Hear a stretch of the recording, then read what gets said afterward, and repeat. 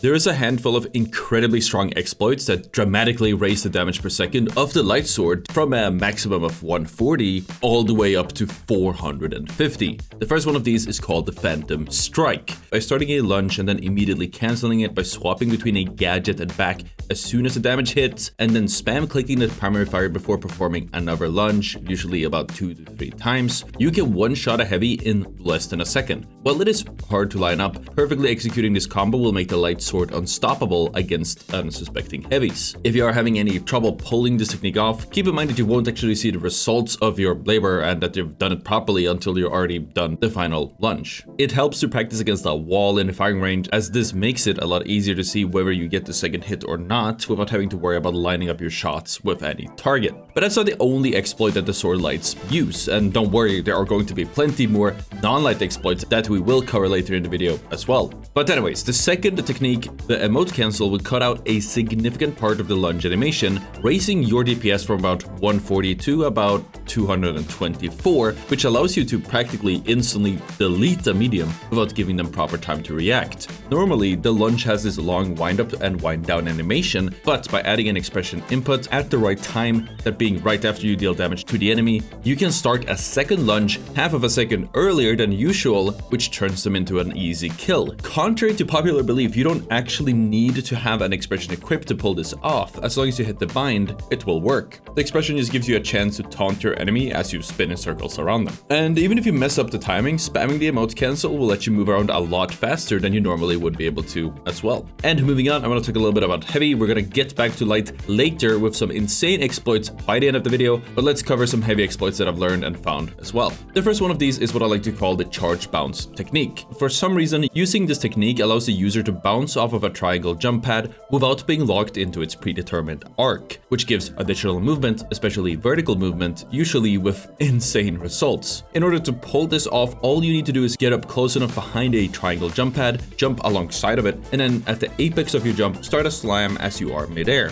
As soon as you've started the slam, turn towards the middle to the front part of the triangle. You want the slam itself to hit the ground right next to the jump pad, so not the jump pad itself, with the consecutive forward movement that comes with landing, leading you on top of the pad. If you do this correctly, it will send you flying. However, you might mess it up if you either got too close to the pad, in which case you won't slam next to it and just take the pad. If you start charging through the jump pad, in which case you hit the slam key too late, or you fell off the map, in which case you just didn't get close enough to the pad in the first place. That being said, there's plenty of really weird interactions with the charge and slam, and some are pretty game-changing. So I figured we're gonna go through all of them here. But of course, before we do that, it would mean a lot if you guys actually made sure to hit the like on the video, and of course, subscribe, not to miss any other useful finals content down the line. But anyways, let's continue with the jump after slam. Heavy can actually start a jump right after they have pulled off a slam. This lets the heavy stop themselves from falling through any holes that they have created themselves. It also has the added benefit of potentially breaking the enemy's ankles. It's also pretty simple. Once you finish a slam, just hit the jump key, and it will go in whatever direction that you are facing, or whatever direction your movement input is going. Though turning your view seems to give a little bit more momentum than using directional keys. On top of that, if you're holding sprint, you can even add in a slide after that very bounce, which leads you even farther away from that first slam and might throw enemies off even more. That being said, you can add almost every action after you have started a slam or the slam is finished after a charge. One of my favorites is grabbing any barrel as you are midair. In most cases, as long as you aim upwards, as you hit the slam, no matter the barrel, it will be primed and maybe even explode with the slam. Though the jump after slam is weak in comparison to the charge melee tech.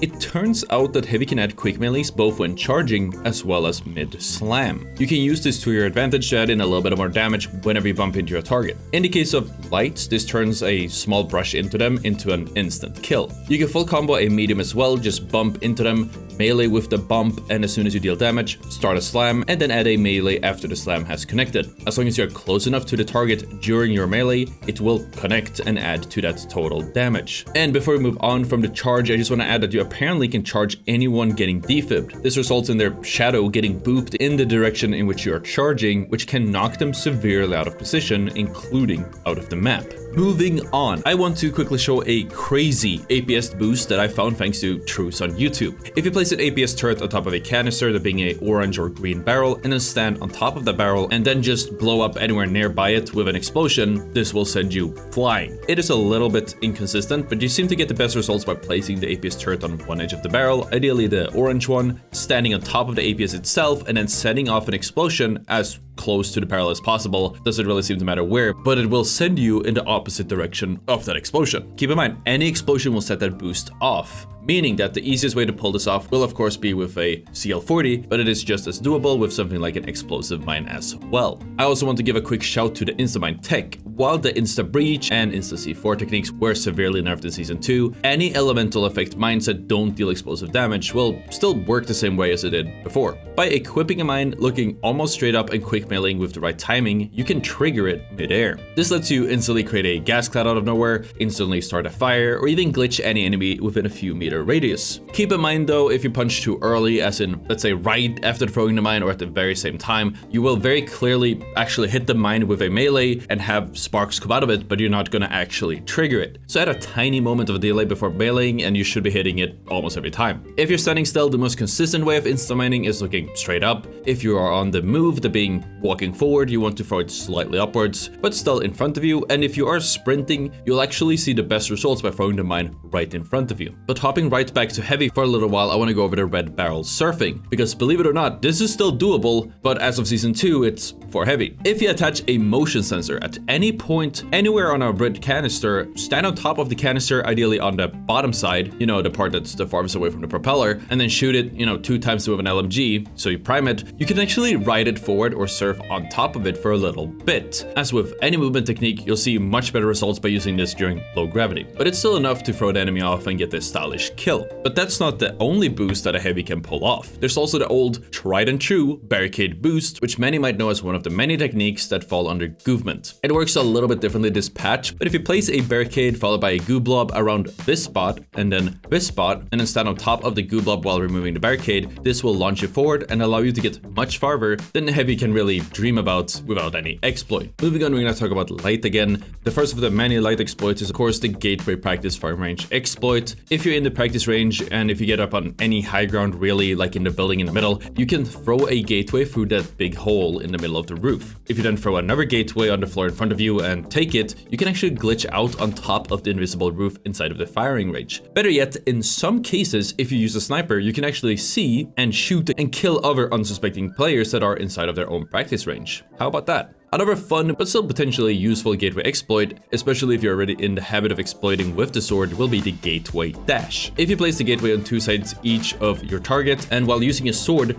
lunge through the portal by entering the portal as you let the lunge go, your melee hitbox will extend and apply throughout the entire gateway, meaning that you will damage any targets between both of those 2 gateways. And yes, this can mean a full kill. This obviously kind of only works in the practice range and in theory, but I can see this working against somebody trying to steal a cash out or who just isn't paying attention. So if any of you guys do pull this off, feel free to send me that clip on my subreddit r/Ottr submissions. But moving on, we have another, I guess by now kind of known light exploit, but I figured that I'd include it, which is the throwing knife into cloak. When using the throwing knives, a light can start a secondary fire with their cloak and then go invisible mid-animation. Their entire secondary animation will still play out and throw a dagger, which will damage the enemy and work as usual without ever stopping light from leaving their cloak. This helps you line up your dagger without leaving yourself as visible and exposed as usual, though, you know, with the changes to invisibility this patch, I'm not gonna lie, you're kind of a free kill anyways. And of course, speaking of which, there are ways to permanently turn invisible as a light, even when you're shooting. This exploit has come and gone a lot, and if I'm gonna be honest, despite looking around everywhere, I could not figure out how it worked this time around. But if anyone in the comments does know,